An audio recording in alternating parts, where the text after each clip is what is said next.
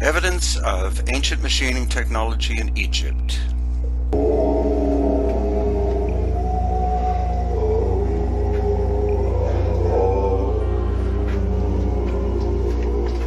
This is a new book that I've just written, and it presents the evidence.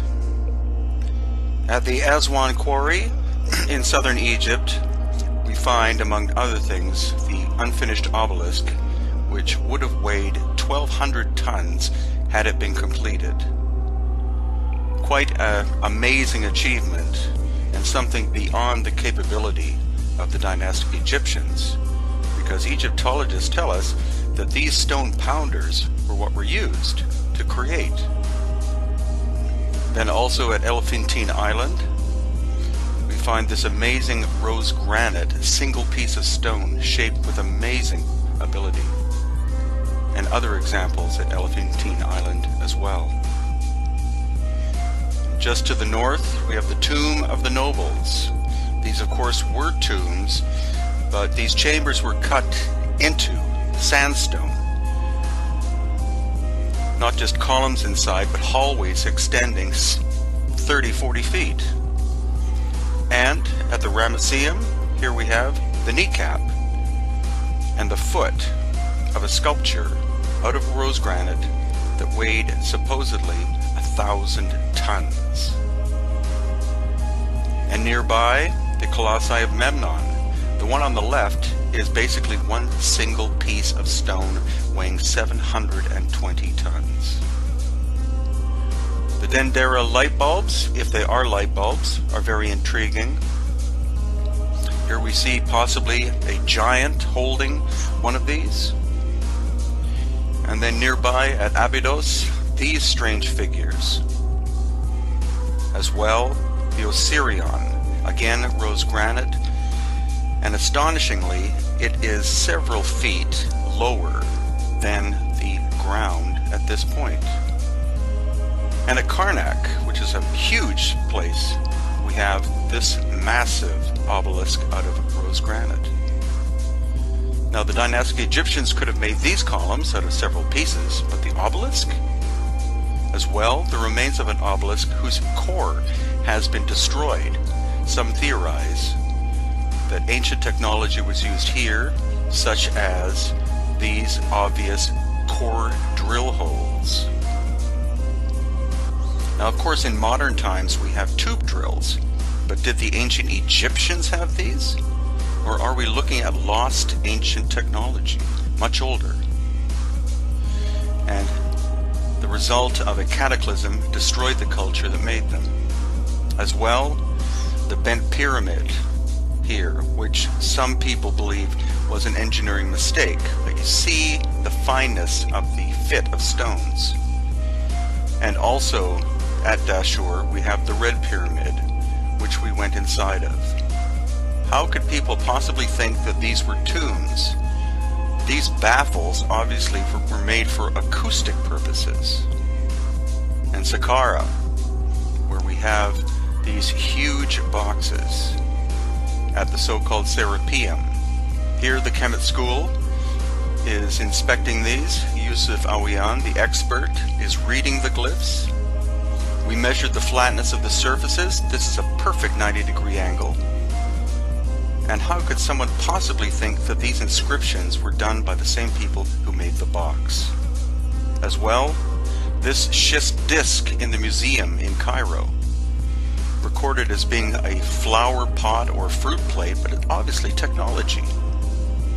And at Abu Sir we have Yusuf Awiyan inspecting what clearly is a saw-shaped piece of basalt. And as well, we have more curious drill holes like this. In detail, you can see how the drill entered the hard granite. And as well, we have Yusuf inspecting a shaped piece of hard stone. And again, more of these drill holes. At Abu Ghurab, this huge hotep composed of 5 pieces of stone, obviously from the same quarry, more evidence of tube drilling. And also these amazing bowls, thought by some to be for ritual blood of bulls, but why is the hole on the side and not at the bottom? And there are also other bowls which have 3 holes on the side, not the bottom. The Gíze Plateau, we see the obvious quarrying of megalithic stone for the construction of the Great Pyramid and others. And what remains of the casing stone, you can see, is a perfect fit. Most people don't know that the Great Pyramid actually has 8 sides, but is very subtle. And here again, we see saw marks in basalt, which is almost as hard as diamond. The dynastic Egyptians could not have cut this stone. And in the interior of the Great Pyramid, again, this baffling system in the ascending passage, the Grand Gallery. We see the weathering of the stone of the Sphinx. Precision here with Chris Dunn, within 2/10,000ths of an inch of perfectly flat. Massive columns of granite, brought from 500 miles away. And Yusuf showed me obvious evidence of tunnels and shafts descending into the bedrock of the Gíze Plateau. We went down into the 3rd level, and obviously water was once running through the system. So here is my book, and it's available at Amazon.com under my name, Brian Foerstera. To attract the females. Oh yeah? Does this elaborate dance. Well, it's funny, we were just talking about the Greetings from Australia. We're near Sydney, actually closer to a town called GOSFORD, and it's here that there are some hieroglyphics which appear to be Egyptian, but which most people scoff at and say are fake. Either they were done by university students or other people sometime in the 20th century. But experts in Egyptian hieroglyphics, Yusuf Awiyan and Muhammad Ibrahim of the KEMET school, worked together, and they have translated them and believe that they are actual hieroglyphics made by an Egyptian at least 3,000 years ago.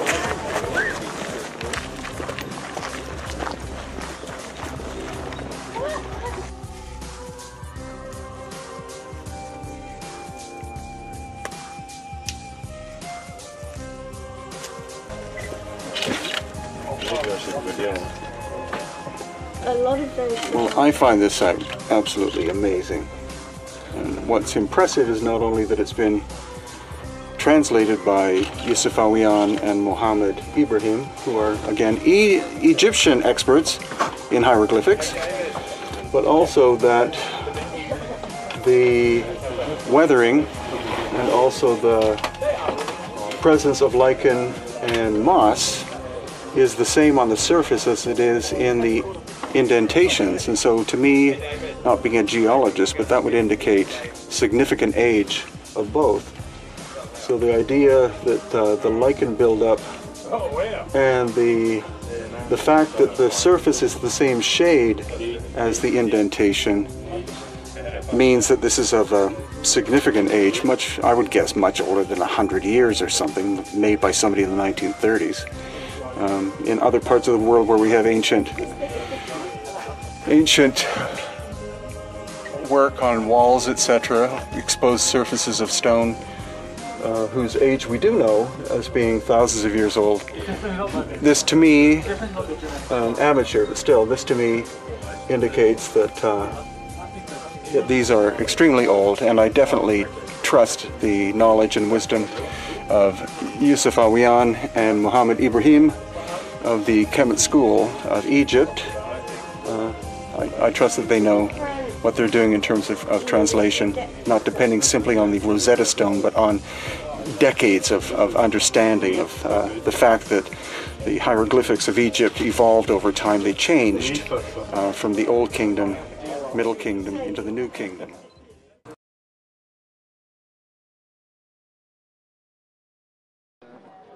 This is Karnak Temple, and the very famous, this is the entrance point, and the very famous row of rams on either side. that guide you in. This is most likely the original entrance, but it's been built on many times by many cultures. So it's not just one giant complex built by the quote-unquote Egyptians, but over thousands of years, and the way you can tell is by looking at the different construction styles. Now, automatically, what's curious to me is if you see those notches, those rectangular notches, over here on this wall, you'll see here you see 2 rows up there, and here you see areas where there's only 1 row, and they don't match bilaterally. So that could mean later repair, one side compared to the other. What you also notice is you see this building style and then this building style. You see no mortar, and then it seems that you do see mortar. So this is probably the original. It's quite common at entrance points that an original gate is the original and that everything is built around it. But we'll look more and more for stuff like this. And again, having just walked through the entryway, limestone everywhere, but right in the path is quartzite, this giant block. Hewn with quite good accuracy, it looks like, if you look at the profile here. So this, to me, looks like part of the original temple. Again, we're looking for the harder stones because they're actually the oldest. The softer stones, like limestone, would have been later when the knowledge of the ancient technology was lost, and they had to use, for the limestone, bronze chisels and stone hammers. Here we have our first possible example of lost ancient technology. This hole. I think I can see a spiral groove, as in a drill bit inside, but you need to actually be able to get an impression with some kind of latex, some kind of other material to find out. But at least using these calipers, and this is an approximation, I am not an engineer, but from an approximation, 70 millimeters across, and we take it out and we move it around, and again it doesn't want to move, so it's around 70 millimeters, and then this way 90 degrees from there, and again it's around approximately the same. The gauge doesn't want to move that much, so clearly you can define this as being a round hole. This could very well be an example of where this stone had a pragmatic function, the hole had a pragmatic function. After this original civilization disappeared, the stone itself was recycled. The hole had to be simply incorporated into the next function, which may have been ceremonial. The hole wouldn't have been used, but it's still there as a testament to the fact that lost ancient technology could very well have been at work here. So this is an obelisk, and I'll do a close-up later, but what's more intriguing is Jerry, who was on our tour, found a really obvious example of a core drill in this chunk of granite. That's the approximate width. Trouble is it's recessed, so we can't get a good measure of it, but you can see inside there, you can see that it's relatively round. You can see where the core, it's like a tube drill. There's a centerpiece that came out, that was popped out, and if you look deeply into here, you can see the wall or thickness of the core drill was very small. And then here you see where the core drill actually changed angle or slipped. So that's a really obvious example of most likely ancient core drilling technology. Because why else would it be here? Why would someone in modern times have come and decided to pop a sample out? But it's not through one sample that you can make a big difference. You have to find many of them. Now this is really amazing. Mark on our tour found this. This is black granite, super hard material, which just seems to be decomposing from the inside. What we believe happened here is intense bursts of microwave, concentrated bursts of microwave or sonic waves, Right. altering the physics of the stone. This is black granite that you can crumble in your hands. Which you should not be able to Able do. And yet we're collecting the samples. We're going to send it to an outstanding chemist, Dr. George C. Bayer, who will analyze this and tell us how this happened. Now This is not natural. No, this is a great example. A great example. So you see, samples will be sent to a laboratory in order to see what's gone on. And you can see how the surface is cracked too. Granite doesn't have a tendency, I don't think, to have deep cracks like this just from weathering or sun. But you can see how, look at the difference between the exterior and the interior. It seems like there was something that happened at the core of this stone that destabilized it, and now it's a complete pile of tiny, tiny little bits. Whereas once, it was quite a large, massive column. Amazing. So here we have another example. This is red granite, but you see the break is probably done maybe during Roman times in order to get a useful piece off of it there. But the way the surface of the granite has destabilized, where it's literally sloughing off like this, is not, as far as I have been told, common to granite. Granite doesn't crumble in this way. It's not the result of heat, of the sun beating on it. It's like some kind of energy was inside of it that destabilized it and is causing it now to for the stone to just like. The use of Asuáne, we're here next to the Great Pyramid, and this is where we find obvious examples of very sophisticated ancient technology. Because here, if you look really carefully, you see these vertical lines going down along the stone.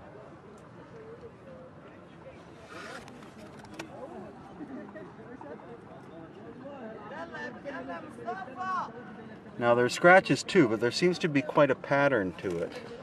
As if, could this be actually a saw?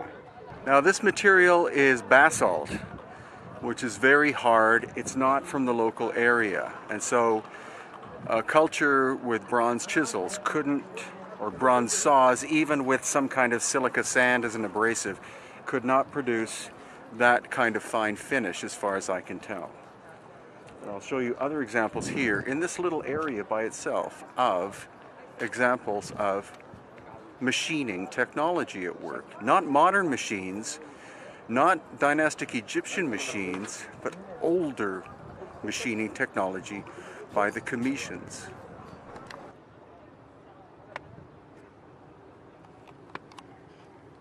Now that, for example, you can see that's the end of where there was a saw cut of some kind, and this piece broke off. The diameter of that saw blade seems to be about 1/8 of an inch, and it's not a straight cut. We'll show that in other videos. What it is, it's a curved cut. So that could be evidence of a giant circular saw. And here, these are the cuts themselves. Again, somewhere between 1/8 and 1/4 of an inch in diameter, going straight through 1, 2, 3 of them.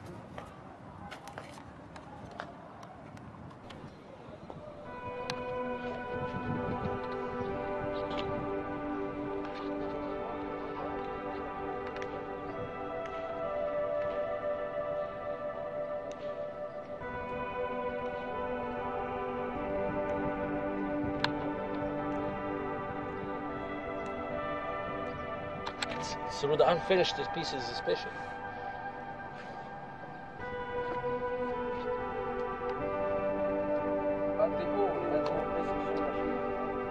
But they are aware of this market. They are aware of this market. It's not new to them, but they just like to ignore it. So everything else will fit with the story that they created.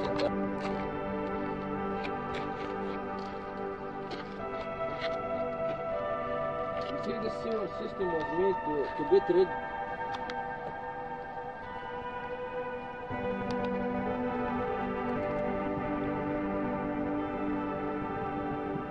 And this is the base of the Great Pyramid. And what you see is here, the bottom level here, how the bottom level fits in with the bedrock. It's a mortar-free construction.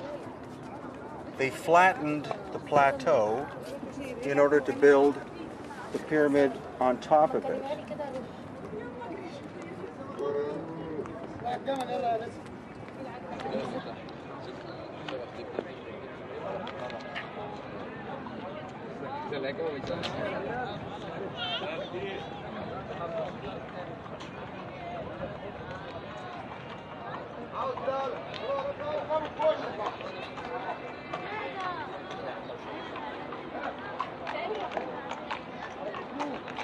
So again, here's the original external casing stone of the Great Pyramid.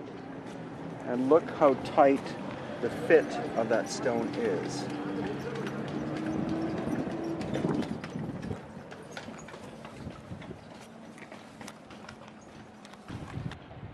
And another puzzling thing, as Yusuf Awiyan, who's there, pointed out, is the amount of erosion of some of this stone, which was, you know, what the main pyramid is made out of, this limestone. The extent of erosion is quite astonishing. So how long would it have taken for that erosion to have taken place? You need a geologist such as Dr. Robert Schoch to discuss that. But would it have taken 1,000 years or 5,000 years? Certainly not in hundreds of years, because this is desert. It's unlikely that it was sand being blown by the wind to erode it to this extent. The Sphinx is known to have been eroded by water, possibly up to 8,000 or 10,000 years ago. So could that mean that this pyramid, the Great Pyramid, and possibly this one, the second pyramid as well, are contemporary? That they pre-existed the dynastic pharaonic cultures of Egypt? That's what we're trying to find out.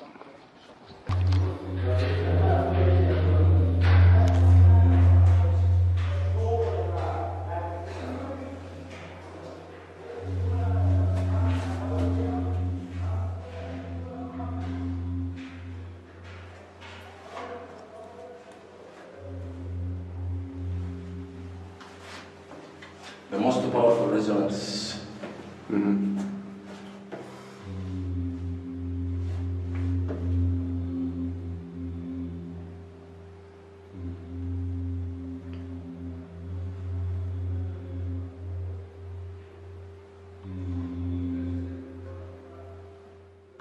What most people also don't realize is the fact that on the Gíze Plateau you have the Great Pyramid and the second pyramid, and of course the smaller third pyramid. But off on this side, which is the east side, you have all of these little baby ones like this kind of size. And here you can see the casing stone is still on the exterior. There are about 30 of these. The casing stone is original, and also there are these shafts that go down. I can see the bottom. It's at least 30 or 40 feet, filled with sand, and then there's a chamber going off to the left.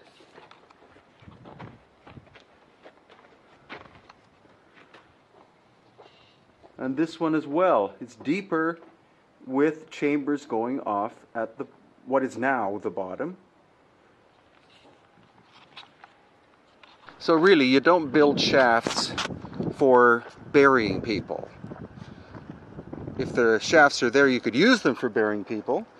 Here's the shaft in the center of one of these baby ones. But it makes more sense that the shaft system, the tunnel system, was part of a giant water network that literally ran and still runs under the Gíze plateau. They in fact have massive pumps right near the front entrance of the Gíze plateau, and they're constantly pumping water out of it to this very day. That's another shaft. So it makes this whole area far more mysterious and interesting than the conventional explanation. And we've just been told we can go into Meres Ankh, the third tomb, which is a mastaba.